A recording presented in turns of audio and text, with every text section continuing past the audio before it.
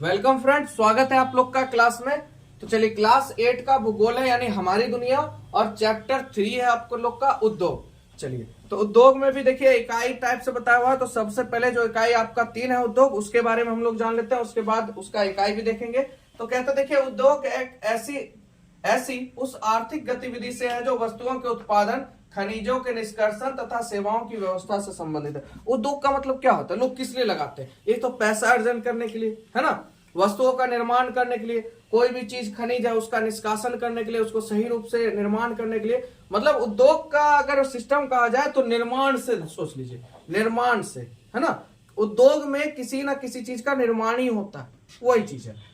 आगे कहता, कच्चे माल को अधिक मूल्य के उत्पादों में परिवर्तित किया जाना उद्योग है। यानी देखिए, जो आपका कच्चे माल है, जो भी कच्चा माल है, उसको अधिक मूल्य लगाकर, यानी उसको मतलब साफ सफाई करके अच्छा सा सिस्टम तैयार करके उसको क्या करना है भैया, उत्पाद में परिवर्तन कर देना। उत्पाद का मतलब क्या होता है, जब वो बिकने के लिए जाएगा। तो ये जो क्रियाक्रम होता है आपका, ये किसमें होता है? उद्योग में होता है। जैसे कि आप सीधा समझ लीजिए, आपने घर में टेबल कुर्सी देखा होगा। अब क्या है, कहीं लघु उद्योग होता है, कहीं बड़ा उद्योग होता है। तो लघु उद्योग में क्या है, वो सिल्ली चिराए, पहले पेड़ का सिल्ली मतलब सिल्ली कटता है। सिल्ली से क्या होता है भैया, वो आड़ा मिल पे जाता है, वहां से कट के आता है, वहां से फिर उसको साइज माल किया जाता है रंदा मशीन पर, और उसके बाद छेद छाद करके उसको एक टेबल के रूप में तैयार किया जाता है। ये कहाँ हुआ आपका निर्माण? उद्योग में हुआ। और उसके बाद अच्छे से उसको तैयार करके फिर बेचने के लिए भेज दिया जाता है। तो यही आपका क्या कहलाता है? उद्योग कहलाता है। तो आप लोग आराम से समझ गए होंगे उद्योग क्या है ना। उसके बाद देखिए, उद्योग का वर्गीकरण, यानी उद्योग का वर्गीकरण हम लोग देखेंगे। तो उद्योगों के वर्गीकरण के विभिन्न आधार है। अगर पहला बात करें कच्चे माल के आधार पर, दूसरा पूंजी निवेश के आधार पर, सही बात है, एक एक चीज इंपॉर्टेंट है, ध्यान समझिएगा। तीसरा स्वामित्व के आधार पर, चौथा प्रमुख भूमिका के आधार पर, ठीक है। उसके बाद पांचवा है कच्चे तथा तैयार माल की मात्रा एवं भार के आधार पर, ठीक है। इस तरह कर सकते हैं। तो चलिए, सबसे पहले करते हैं उद्योग का वर्गीकरण। तो सबसे पहला हमारे पास क्या है? कच्चे माल के आधार पर। तो इसको शॉर्ट में जानेंगे। कच्चे माल यानी कृषि आधारित उद्योग। कच्चे माल पे यही काम हो सकता है, कृषि आधारित, है ना। उसके बाद खनिज आधारित उद्योग, वन आधारित उद्योग, समुद्र आधारित उद्योग हो गया। तो ये किस पे आधारित है? कच्चे माल पर, है कि नहीं है। चलिए, आगे है पूंजी निवेश के आधार पर। पूंजी निवेश के आधार पर आप या तो लघु उद्योग का निर्माण करेंगे, या कुटीर उद्योग का, या बृहत उद्योग का, इसी तीन चीज का। चलिए आगे देखते हैं। बृहत उद्योग, अभी आप लोग को वर्गीकरण मैंने बताया, इसके बाद एक एक करके इसके बारे में भी हम लोग जानेंगे, ठीक है। पहले वर्गीकरण देख लेते हैं टोटल, उसके बाद एक एक करके डिफाइन किया जाएगा। आगे देखिए, अब तीसरा जो है आपका स्वामित्व के आधार पर। किसके आधार पर? स्वामित्व के आधार पर। तो पहला हो जाएगा निजी क्षेत्र, दूसरा आपका सार्वजनिक क्षेत्र, तीसरा संयुक्त क्षेत्र, और चौथा आपका सहकारी क्षेत्र, ठीक है। उसके बाद चौथा आपका प्रमुख भूमिका के आधार पर। तो पहला हो जाएगा आधारभूत उद्योग, दूसरा हो जाएगा उपभोक्ता उद्योग। चलिए, अब पांचवा आपके कच्चे एवं तैयार माल की मात्रा एवं भार के आधार पर आपका भारी उद्योग और हल्के उद्योग, ठीक है। तो ये सब का हम लोग ने क्या कर दिया? वर्गीकरण किया। अब वर्गीकरण के बाद हम एक एक चीज को ध्यानपूर्वक देखेंगे। तो देखिए, कच्चे माल के आधार पर पहला क्या था आपका? कृषि आधारित उद्योग। तो देखिए, इसमें क्या होता है, इन उद्योगों में कच्चे माल के रूप में कृषि उत्पादों का उपयोग किया जाता है, जैसे वस्त्र उद्योग, खाद्य प्रसंस्करण उद्योग, पटसन उद्योग, चीनी उद्योग, वनस्पति तेल उद्योग आदि। तो ये किस पे आधारित है? कृषि आधारित है कि नहीं है। दूसरा जो है आपका खनिज आधारित उद्योग। तो इन उद्योगों में खनिज एवं धातुओं का उपयोग कच्चे माल के रूप में किया जाता है, जैसे आपका लोहा इस्पात उद्योग हो गया, सीमेंट उद्योग हो गया, तांबा प्रगलन उद्योग हो गया। तो ये सब किसमें आ जाएगा? आपका खनिज आधारित उद्योग। कोई दिक्कत नहीं समझने में। उसके बाद है वन आधारित उद्योग। इस सबको खाली आपको एक एक बार समझ लेना है, ठीक है। बस इससे ज्यादा इसमें कुछ है नहीं, कोई बड़ा टॉपिक नहीं है, ठीक है। वन आधारित उद्योग की बात करें तो जिसमें वन हो, यानी कि ऐसे उद्योगों में वन उत्पाद को कच्चे माल के रूप में उपयोग करते हैं, जैसे आपका कागज उद्योग हो गया, वन आधारित उद्योग है। औषधि निर्माण, फर्नीचर उद्योग, भवन निर्माण, किसके कारण होता है? आपका वन आधारित उद्योग। कोई दिक्कत समझने में? चलिए, घ नंबर देखते हैं। तो समुद्र आधारित उद्योग। तो देखिए, सागर एवं महासागरों से प्राप्त जीवों, वनस्पति एवं खनिजों का उपयोग इस उद्योग में कच्चे माल के रूप में किया जाता है, जैसे आपका खाद्य प्रसंस्करण हो गया, औषधि हो गया, मछली उत्पादन हो गया, सीप संघ से जुड़े उद्योग हो गए, खनिज तेल हो गए, लहरों से ऊर्जा प्राप्त करना इत्यादि, ये आपका आ जाता है समुद्र आधारित उद्योग। ठीक है, आगे है पूंजी निवेश के आधार पर। तो देखिए सबसे पहला कुटीर उद्योग।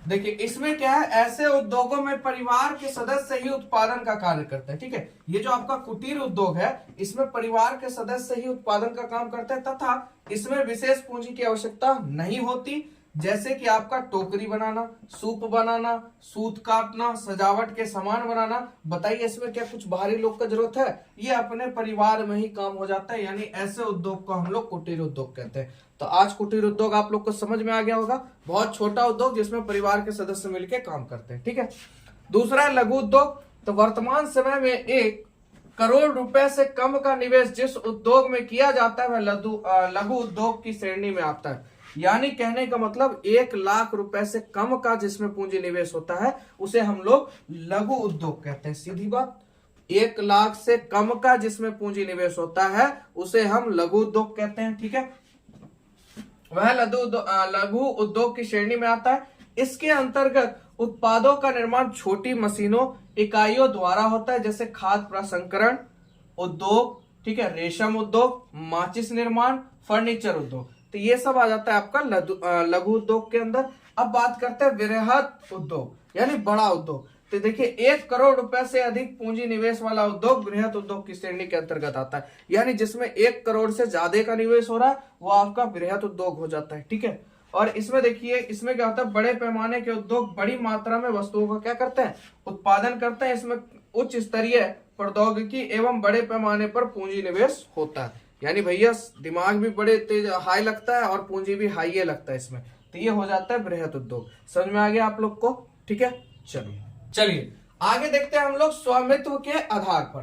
तो देखिए स्वामित्व के आधार की बात करें तो सार्वजनिक क्षेत्र के उद्योग, यानी इन उद्योगों का स्वामित्व एवं संचालन पूर्ण रूप से सरकार द्वारा होता है। ठीक है, यानी जो आपका सार्वजनिक क्षेत्र का उद्योग है इस पे किसका संचालन रहता है, सरकार का रहता है। जैसे में आपका सेल हो गया SAIL, भेल हो गया BHEL, रेल कारखाना हो गया, आयुध कारखाना हो गया, तो ये सब किसके अंदर आ जाता है, सार्वजनिक क्षेत्र के उद्योग में। ठीक है, उसके बाद है निजी क्षेत्र के उद्योग। इसमें देखिए इस तरह के उद्योग का स्वामित्व एवं संचालन किसी निजी व्यक्ति के पास होता है। ठीक है, जैसे में आपका टाटा हो गया, रिलायंस हो गया, बजाज हो गया, बिरला हो गया, जिंदल हो गया इत्यादि। ठीक है, तो ये आपका होता है निजी क्षेत्र के उद्योग, है ना। जैसे मुकेश अंबानी एक अकेला पूरा जियो कंपनी किसका है, उसी का।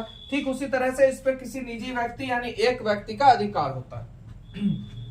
अगला आपका संयुक्त क्षेत्र। तो देखिए इसके अंतर्गत स्वामित्व एवं संचालन सरकार एवं निजी व्यक्ति या व्यक्तियों के समूह के द्वारा होता है, जैसे मारुति उद्योग। ठीक है, सबसे बड़ा उदाहरण अगर संयुक्त क्षेत्र में बात करें तो कौन सा है आपका, मारुति उद्योग। यानी इसमें मालिक का भी हक होता है, सरकार का हक हो सकता है, या 10 आदमी का मिलके इसमें मतलब हक हो सकता है। तो ये कहलाएगा आपका संयुक्त क्षेत्र। कोई दिक्कत? अगला है आपका सहकारी क्षेत्र। इसका स्वामित्व कच्चे माल की पूर्ति करने वाले उत्पादकों, श्रमिकों या दोनों के हाथों में होता है। ठीक है, इसमें क्या हो रहा है, कच्चे माल की पूर्ति करना उत्पादकों में, श्रमिकों या दोनों के हाथ में होता है। और तथा लाभ हानि का विभाजन भी अनुपातिक होता है। जैसे आपका सुधा डेयरी, केरल के नारियल आधारित उद्योग किस पे आधारित है, सहकारी क्षेत्र पर। ठीक है, कोई दिक्कत यहां तक? आगे है प्रमुख भूमिका के आधार पर। प्रमुख भूमिका के आधार पर सबसे पहला आपका आधारभूत उद्योग। ठीक है, क्योंकि मैंने पहले आपको वर्गीकरण किया था और मैंने बोला था सबके बारे में एक एक जानकारी बढ़िया से समझेंगे। ठीक है, बस एक एक पॉइंट ऑफ व्यू समझते जाइए, वैसे उतना ये आपके लिए लाभदायक उतना नहीं, बस उद्योग के बारे में जानना है। जैसे अभी यहाँ पे ये देखिए कितना बढ़िया पॉइंट मिला, संयुक्त क्षेत्र, जिसमें आपका मारुति उद्योग आता है, 10 गो आदमी रहता है, या मान लीजिए सरकार का स्वामित्व होता है या किसी निजी व्यक्ति का स्वामित्व होता है। ठीक उसी तरह सब चीज के बारे में बस आपको बढ़िया से एक एक पॉइंट को खाली बस समझना है, सुनना है, बाकी सब क्लियर हो जाएगा। आधारभूत उद्योग में जिनके उत्पादों या कच्चे माल पर दूसरे उद्योग निर्भर है, यानी जिनके उत्पादों या कच्चे माल पर दूसरा उद्योग क्या है, निर्भर है, उन्हें आधारभूत उद्योग कहते हैं। ठीक है, जैसे में आपका लोहा इस्पात, भाई लोहा मिलेगा है ना तब न काम शुरू होगा। तांबा गलाना, तांबा मिलेगा तब न गलाएगा। खनिज गलाना, वस्त्र उद्योग, ये सब हो गया आपका आधारभूत उद्योग। मतलब भैया पहले कच्चे माल को तैयार किया जाएगा, फिर सेलिंग बेचने के लिए दूसरे जगह भेजा जाएगा। तो इस तरह इस उद्योग को क्या कहते हैं, आधारभूत उद्योग। ठीक है, समझ गए आप लोग। चलिए ख नंबर में कहता है उपभोक्ता उद्योग। ठीक है, यानी वैसा उद्योग जिनमें उत्पादन उपभोक्ताओं को सीधे उपयोग या उपभोग हेतु किया जाता है, जैसे आपका दवा उद्योग, कागज उद्योग, बर्तन उद्योग, टूथपेस्ट, मंजन, श्रृंगार प्रसाधन उद्योग, रेडीमेड वस्त्र उद्योग इत्यादि। तो ये होता है उपभोक्ता उद्योग। ठीक है, ये क्या होता है, उपभोक्ता उद्योग, यानी हमारी जरूरत है कि चीजें तैयार हो रही है ना। वैसा उद्योग जिनमें उत्पादन उपभोक्ताओं को सीधे उपयोग। आप एक चीज बताइए, श्रृंगार का सामान आप सीधा उपयोग करते हैं कि नहीं करते हैं? टूथपेस्ट का सीधा उपयोग होता है, या आप सीधा कहिए उपभोग, है ना, उपयोग कहिए या उपभोग, दोनों चीज तो आप ही कर रहे हैं। तो वैसे उद्योग को क्या कहा जाता है, उपभोक्ता उद्योग। यानी मान लीजिए हम लोग कौन है, उपभोक्ता है ना। जो चीज निर्माण हुआ वो क्या हुआ, उत्पाद हुआ, उसका उपभोग कौन करेंगे, हम लोग करेंगे। ठीक है, तो वही चीज है। आगे बात करते हैं कच्चे तथा तैयार माल की भार एवं मात्रा के आधार पर उद्योग। लास्ट पॉइंट आपका यही था, चलिए इसको भी देख लेते हैं। तो पहला नंबर है आपका भारी उद्योग। यानी भारी उद्योग उन उद्योगों को कहते हैं जिनके उत्पादों का वजन काफी होता है, जैसे लोहा इस्पात, मोटर गाड़ी उद्योग, सीमेंट उद्योग, पोत निर्माण उद्योग इत्यादि। तो ये आ जाता है भारी उद्योग में।